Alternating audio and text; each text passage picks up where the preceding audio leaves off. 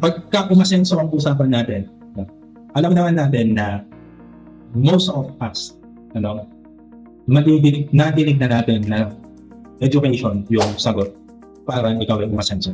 No? Which I agree kasi personal experience, no? Kami, dumaan kami sa napahirap na buhay and naging sandata namin is education.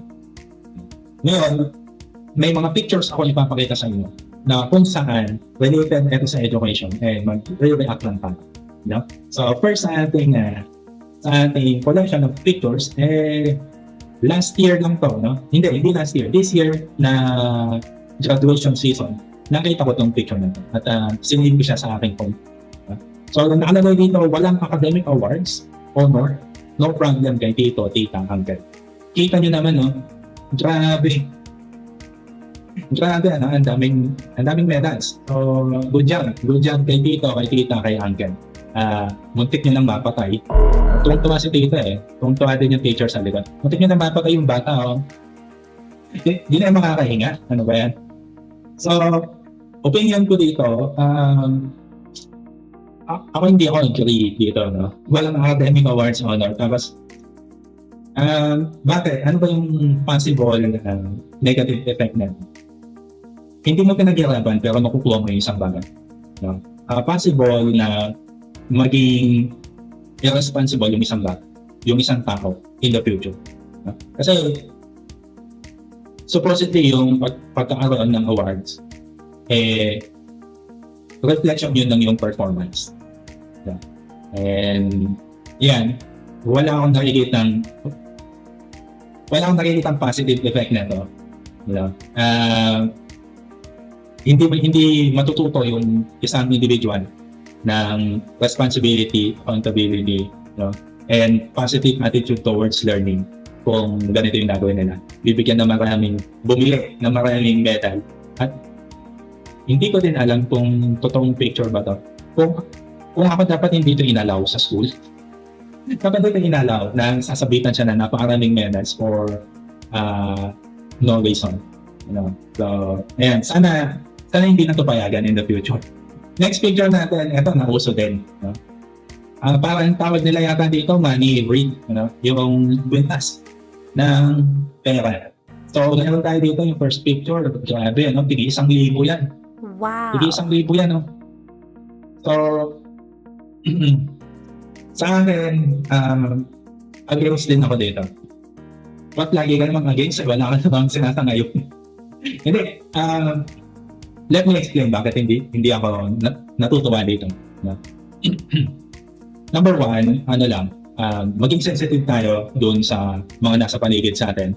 Bakit? Kasi, alam nyo, sabi ko nga, educator ako, naka-attend na ako ng maraming graduation. No?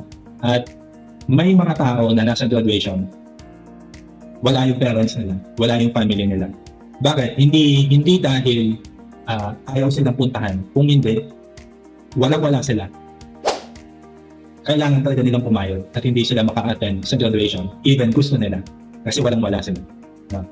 So, yung lungkot na nararamdaman ng isang individual, kapag nakita yung mga ganitong bagay na para sa akin is excessive, kalabisan, hindi maganda.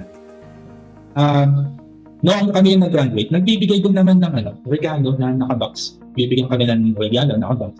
Okay naman. Pero ito is, para sa akin lang excessive. Yung parang pagpapakitang yaman masyado. Excessive. Para sa akin. Pwede mo naman ibigay yan. Actually, kami nung kunwari nag-graduate kami, pag uwi namin ng bahay, di ba mag-celebrate? O bibigyan ka ng 500, ganyan. Tungtuwahan na.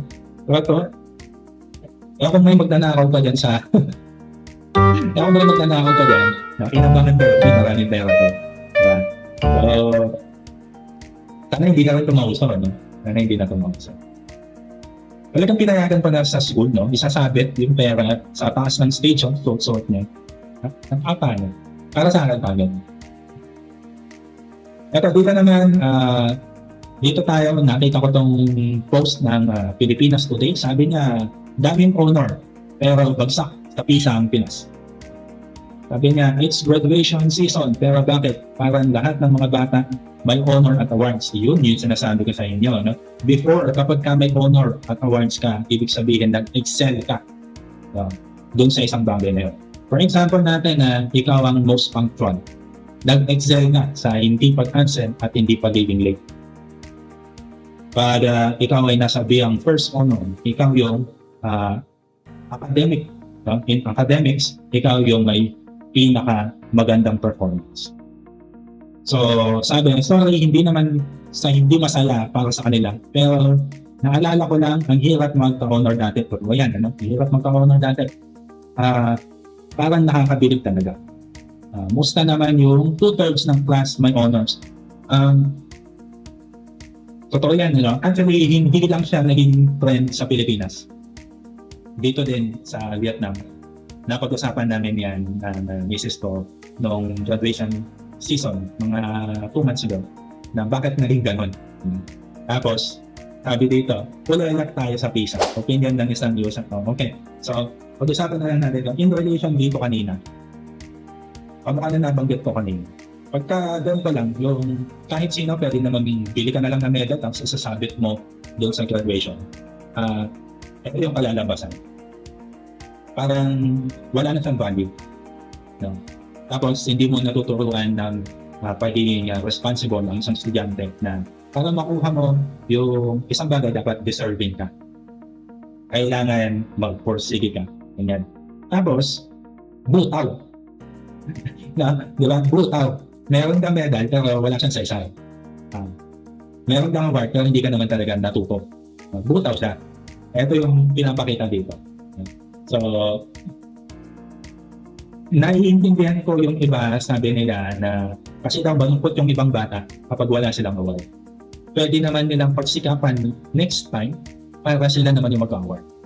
Para sa akin, tuturuan ko yung bata na ma-appreciate yung award na yun at ma-inspire na sana gagawin nila yung best nila at in the future, sila din magkaka-award na. Hindi yung nainggit ka doon, sige, bibilan kita ng medal. Parang gano'n. So, hopefully, mapalitan natin yung ating mentality towards that. Kung hindi pa kayo nakakapag-subscribe, subscribe na kayo, Prof. TSC Adventures, and follow naman sa ating Facebook page, Prof. TSC Adventures. Soon, madadagdagan pa yung ating platforms, pero for now, dito lang muna tayo. Kung gusto nyo pa lang, magbigay ng topics na pag-uusapan, pwede kayong mag-comment dyan sa baba or i-email ninyo ako sa adventurestsc@gmail.com. No? O kaya mag-PM kayo dyan sa Facebook page ko or mag-comment kayo sa mga videos natin. And tingnan natin, pag worthy naman yan, useful yung comment na yan, itatakal natin dito sa ating kwentuhan. No? So, again, this is Prof. TSC ng TSC Adventures. Sana kapulutan nyo ng aral o may saysay yung ating kwentuhan ngayong gabi. So, I'll see you on the next one. Thank you.